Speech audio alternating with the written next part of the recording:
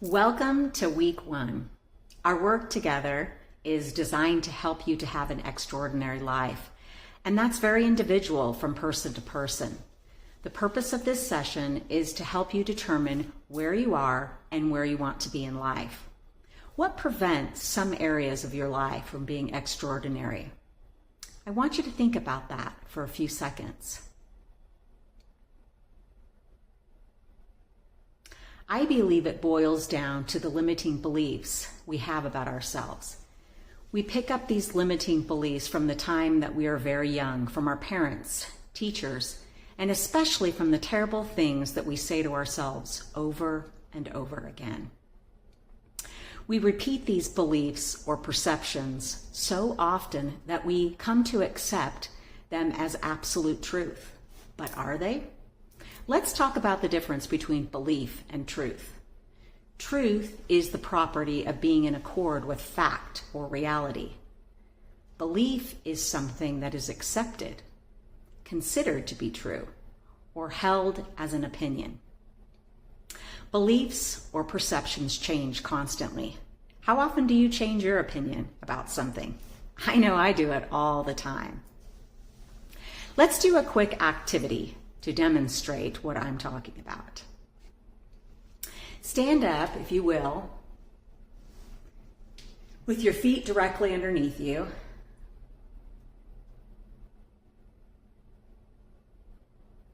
And bring up your right arm slowly with your index finger pointing straight ahead of you. Now rotate to the right until you reach a natural stopping point. Make a mental note about how far you turned.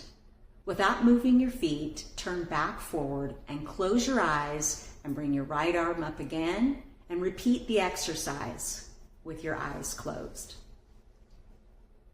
This next time, I want you to just imagine you are bringing up your right arm in front of you with your finger pointing forward. And imagine yourself turning to the right again.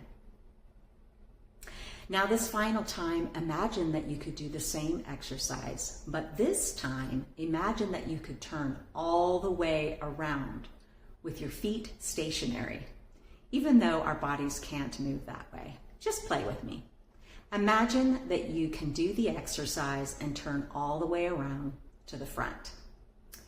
Now, without moving your feet, open your eyes and do the exercise one more time. Slowly bring up your right arm with your finger pointing forward and slowly turn to the right. Most people can turn about 25% farther. How is that? Apparently, we even have perceptions or beliefs about how flexible or not we are. This activity is something that I learned from Tony Robbins. What do you really want from life? Often when you ask people that question, they will often tell you what they don't want. Like, I don't want to be fat or out of shape anymore. Or I don't want to live in a relationship without love anymore. These are examples of what we don't want. But what is it that you do want? Most people have given up on their dreams because they don't believe it's possible. If you want fulfillment in life, you need to be growing and changing. It's not enough to know something. We must act. How many of us know what to do, but we don't do it? And why?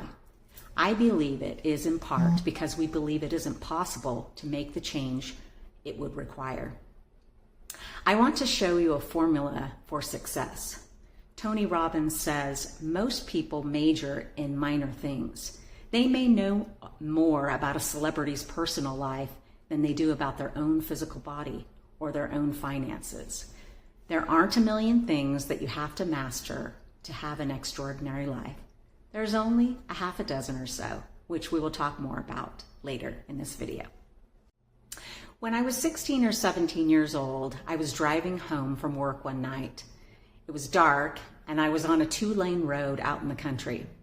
The car that I was driving was a reddish Toyota Corolla. I called it the Tomato. All of a sudden, I started to hear this loud doo-doo, doo-doo, and I felt the car bouncing up and down a bit. I quickly realized I had a flat tire. My first thought was just to drive home on the flat because I was only about 5 minutes from my house. But then I could hear my dad telling me in my head, "Delynn, you should never drive on a flat tire."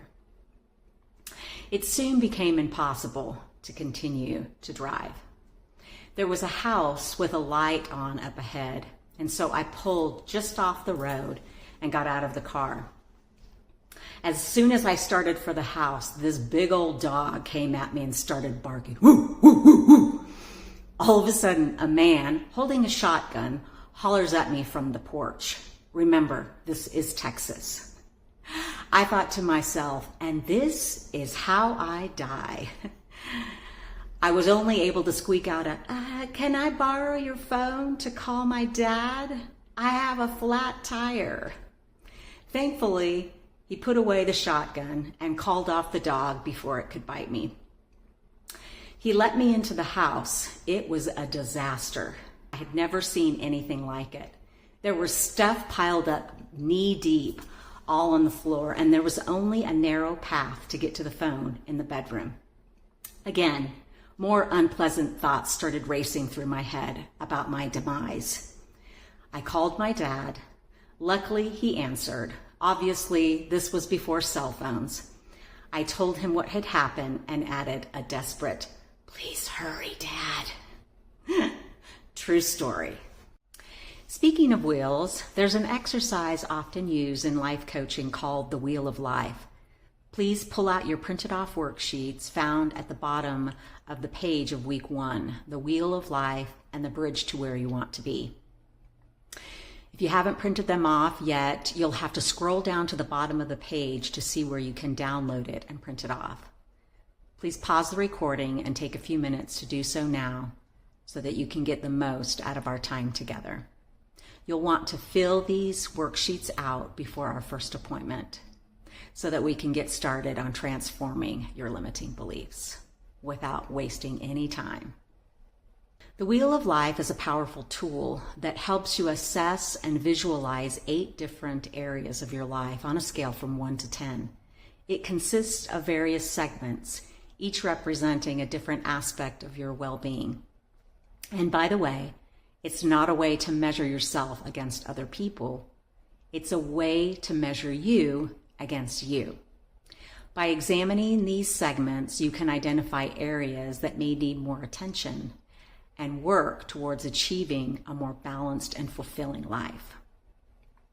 The wheel is divided into the following pie-shaped segments: physical health, emotional health, family, friends, life work, time, finances, and spirituality. Let's take a closer look. Number 1, physical health. Physical health is the foundation of your well-being. It encompasses exercise, nutrition, sleep, and overall self-care. Taking care of your body allows you to have the energy and vitality to pursue your passions and live a fulfilling life. It's important to assess your physical health regularly and make adjustments as needed. Remember, small changes can lead to big improvements. Segment 2, emotional health. Emotional health refers to your ability to be aware of, understand, and manage your emotions effectively. It involves self-awareness, self-compassion, and the ability to navigate through life's challenges. Taking time for self-reflection, practicing mindfulness, and seeking support when needed are essential for maintaining emotional well-being. Segment 3, family. Family relationships include your relationship with your partner, children, and your extended family. These relationships play a significant role in our overall happiness and fulfillment. It's important to nurture these relationships, communicate openly, and create a supportive and loving environment. Spending quality time with our loved ones and prioritizing their well-being can bring immense joy and a sense of belonging. Segment 4, friends. Friends are the family we choose. and they contribute greatly to our happiness and personal growth.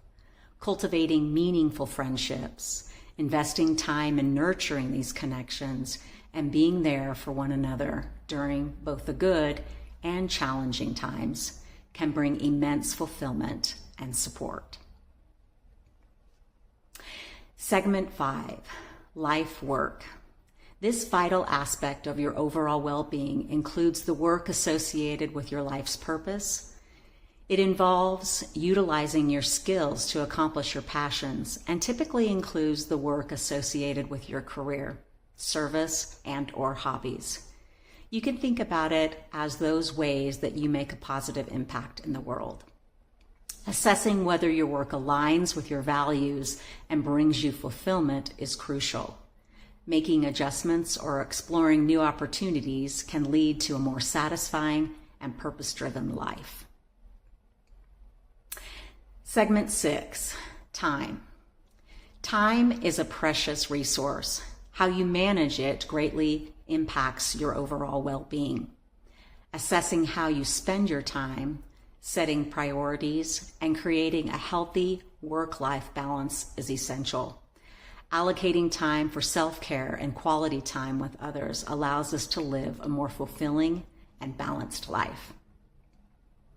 Segment 7, finances. Financial well-being is about managing our money in a way that supports our goals and values. Assessing our financial situation, creating a budget, and setting financial goals can bring a sense of security and freedom. It's important to develop financial habits and seek guidance when needed to assure long-term financial well-being. Segment 8, spirituality. Most people consider spirituality a deeply meaningful aspect of their lives. Spirituality connects you to something greater than yourself and can include activities like prayer, meditation, mindfulness, or connection with nature. It can also involve contributing to the well-being of others through service. Nurturing your spiritual well-being allows you to find meaning, purpose, and inner peace. The Wheel of Life provides a holistic framework for assessing and improving these 8 key areas of our lives. Remember, achieving balance in these areas is an ongoing journey, and it's okay to make adjustments along the way. Balance doesn't always mean equal. For example, balancing each segment doesn't always require dedicating equal amounts of time. By regularly assessing and taking action in these areas, we can create a life that is fulfilling, meaningful, and aligned with our values. Let's take a few minutes and shade in each area of the spokes of the wheel on a scale from 1 to 10. Be honest about where you are so that we can have a clear image of where you want to be in the next exercise. Pause this video and rate each of the 8 areas of your life. If it's helpful, outline the shaded area to get a better view of your wheel. Now check out your wheel. If your wheel was the wheel of your life or on in your car, what would that ride be like if you were driving 20 miles per hour? What would it be like if you were driving 80 miles per hour? If you're like most people, your wheel is a little off balance, which can produce a bumpy ride. When your life is out of balance, you can still get to where you want to go, but the ride will take a little longer and will be less enjoyable. We are all in the pursuit of happiness. Think about an area of your life that you're happy with and why for a few minutes. It may be one of the things that you rated the highest in on the wheel. Why are you happy with this area of your life? My guess is that it is because your expectations meet your circumstances in that area. That is the secret to happiness. We feel happy or fulfilled when our situation in life meets or exceeds our expectations. Now choose 2 areas that you would like to change the most. Most people choose those areas that they rated the lowest, but select whatever you like. As I mentioned, when our life experience doesn't meet our expectations, we feel unhappy, upset, and/or disappointed. And when we feel powerless to change, we suffer and can despair. My message is that it is always possible to change and improve our lives. Now pull out the worksheet with the wheel under the bridge. We all have dreams and aspirations, but sometimes we find ourselves stuck on one side of a bridge, unable to reach the future we desire. What keeps us from crossing this bridge? It's about our limiting beliefs. Limiting beliefs are like a wide gap that separate us from our dreams. They are the thoughts and perceptions we hold about ourselves and the world around us, and they keep us from taking action. On the other side of that bridge lies our true potential, our passions, and the life we've always envisioned. But to get there, we must confront and overcome our limiting beliefs. Imagine a world where fear of failure, self-doubt, self-talk, and negative self-talk no longer held us captive. A world where we had the confidence to pursue our dreams and make a positive impact. Crossing the bridge of limiting beliefs requires a shift in mindset. It's about challenging those negative thoughts and replacing them with empowering beliefs. Step by steps, we can dismantle the barriers that hold us back. We can replace I can't with I can. I'm not good enough with I'm capable, and I'll never succeed with I will persevere. As we cross that bridge, we discover our true potential, unlocking doors we never thought possible.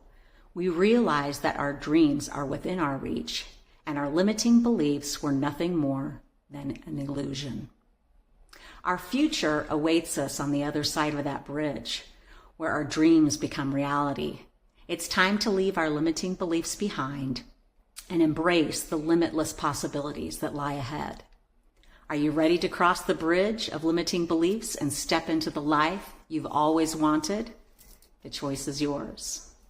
Remember, your future is waiting for you on the other side of that bridge. Let's work together to overcome your limiting beliefs and create the life you deserve. Take the two areas that you want to improve on. On the left side of the bridge, use the table to record what your life currently looks like. Make an honest assessment and list what is not working and what you find problematic. On the right side of the bridge, use the table to describe in detail what you want this area of your life to look like. Make a list of what you want to see differently in your life. The bridge is the area where you want to make these changes, the area that we're going to work on in the next 12 weeks, so that you can get to the other side and enjoy your life more. You'll want to complete both worksheets before our first appointment so that we can start creating your extraordinary life at our first appointment.